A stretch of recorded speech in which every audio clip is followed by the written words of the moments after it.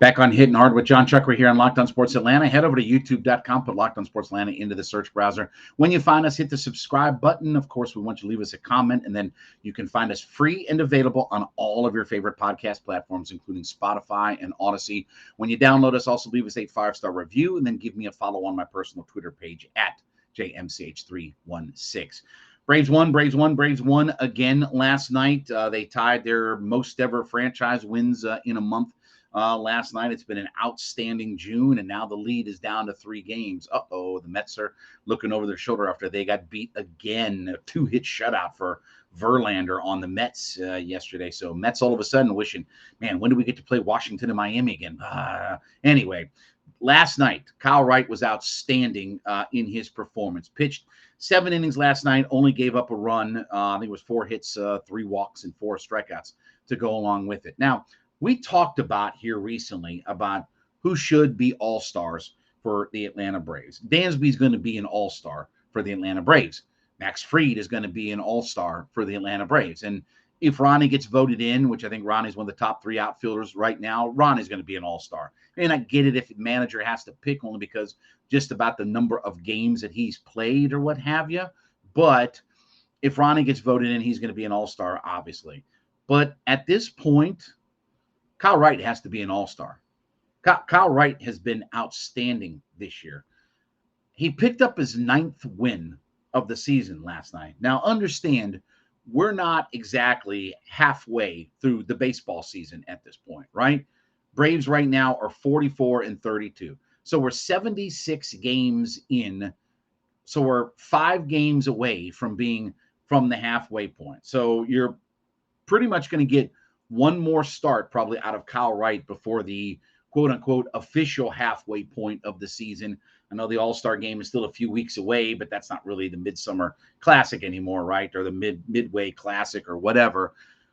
But Kyle Wright, with his 9 wins, potentially could have 10 wins by the time the All-Star break rolls around, with an ERA that's a mouse whisker above 3 and includes 96 strikeouts in 92 innings pitched. Now, first off, what's going to be fascinating is how deep and how heavy of a workload they give to Kyle Wright. Because right now, you're talking about a guy who's pushing toward that potential 200 inning mark, which if you think, again, coming into this year, Kyle Wright had only pitched about 70 innings ever at the big league level in his career. So he doesn't have a whole lot of innings. That's going to be a story that we'll talk about down the road is, do they start to hold back a little bit on Kyle Wright as the season goes along? But right now, it's foot on the gas pedal, and he should be an all-star.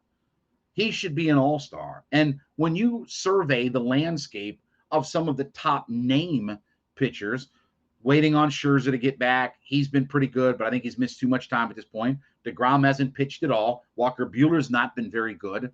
Blake Snell has been awful for the San Diego Padres. Strasburg is out. You start going down the list of guys, that should make the All-Star team. No doubt about it, Max Fried should make the All-Star team. No doubt about it that Alcantara for the Marlins should make the All-Star team. No doubt about it that Musgrove of the San Diego Padres should make the All-Star team. But from there, there's no reason to leave Kyle Wright out of that discussion. He's been everything that you could have asked for. And to be honest with you, when you look at the Braves rotation and you think about some of the up and down, and yeah, Charlie Morton's got some things figured out now. It kind of stumbled a little bit the other night and started kind of labored, if you will, as we say in baseball. But he's starting to get things on track. Ian Anderson started getting some things on track. But as those guys kind of labored along and were up, down, up, down, up, down, up, down, Max Fried and Kyle Wright held down that starting rotation spot. And even with your 5th starters, whether it was Tucker Davison or Strider, or it's this guy or that guy or this Hammonegger, right? Elder or whatever. Kyle Wright's been right there with Max Fried as far as the most effective starters the Braves have. And he's had his little blips and bloops and blops and stuff like that. But a guy who's on pace for almost 200 innings, almost 200 strikeouts, and an ERA hovering around 3, brother, that's all-star material written all over it. And he's made 15 starts, and he's gotten 13 decisions in those 15 starts. So that tells you that he's not getting beat all around. You get 13 decisions in 15 starts. That means you're pitching effective enough and your offense is doing enough things and your bullpen has kind of helped out that you factor into what's going on. Even Max Fried, has had no decisions in a handful of his starts this year. But 13 decisions in 15 starts is a hell of a number. And I don't say that from a bad standpoint because obviously the Braves are, he's won 9 games, so they obviously win the majority of the games that he pitches.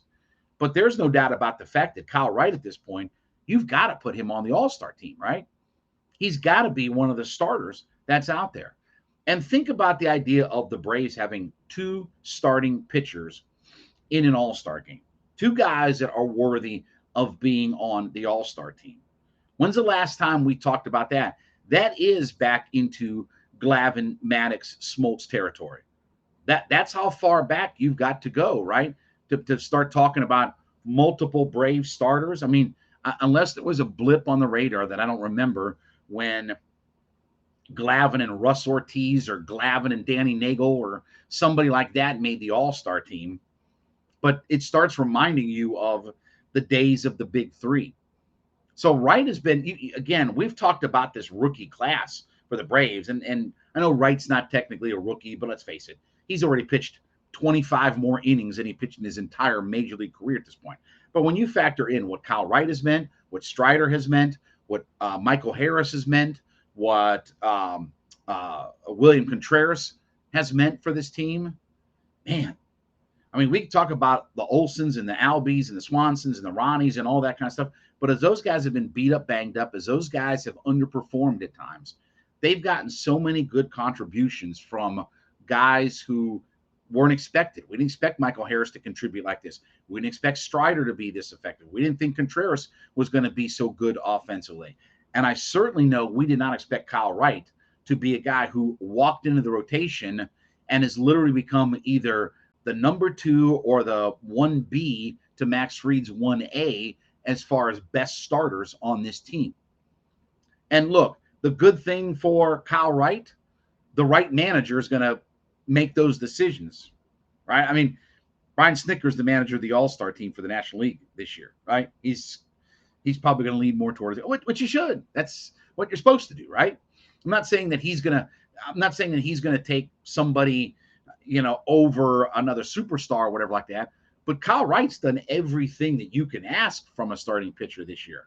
He's won you a bunch of games. He's factored into decisions. He strikes out a whole bunch of guys. I mean, right now he's got 96 strikeouts and 92 innings pitched. So he's pushing toward almost 10 strikeouts per 9 innings, which is an outstanding number for a starting pitcher in the league. He's done everything that you can ask him for. And his ERA is, I think, just outside the top 10 of starters. I mean, he's, like I said, 3.03. So you got a guy that's right around that 3 ERA mark in today's baseball world. And it's not just a, quality start of 6 innings and 4 runs or whatever like that. Wright's been outstanding. And Wright deserves every bit to be on the All-Star game in a few weeks. And I'm going to be surprised if Snitker doesn't pick him for that spot. All right, we thank you so much for being a part of the show today. Thanks for making Hittin' Hard with Jon Chuckery your first listen. We ask you to make A to Z with Mark Zeno your second listen every day as Mark is back talking all things Atlanta sports, the opinions you may not like, but you got to hear. You can find him free and available on our website, Locked On. Go to youtube.com. I should say, go to Locked On Sports on our YouTube page. Subscribe there. He's also free and available on all your favorite podcast platforms, Spotify, Odyssey. Download it, 5-star review us there, and then give me a follow on my personal Twitter page at JMCH316. We will wrap up the week tomorrow as we get ready for a nice long holiday weekend. This has been Hittin' Hard with Jon Chuckery on Locked On Sports Atlanta.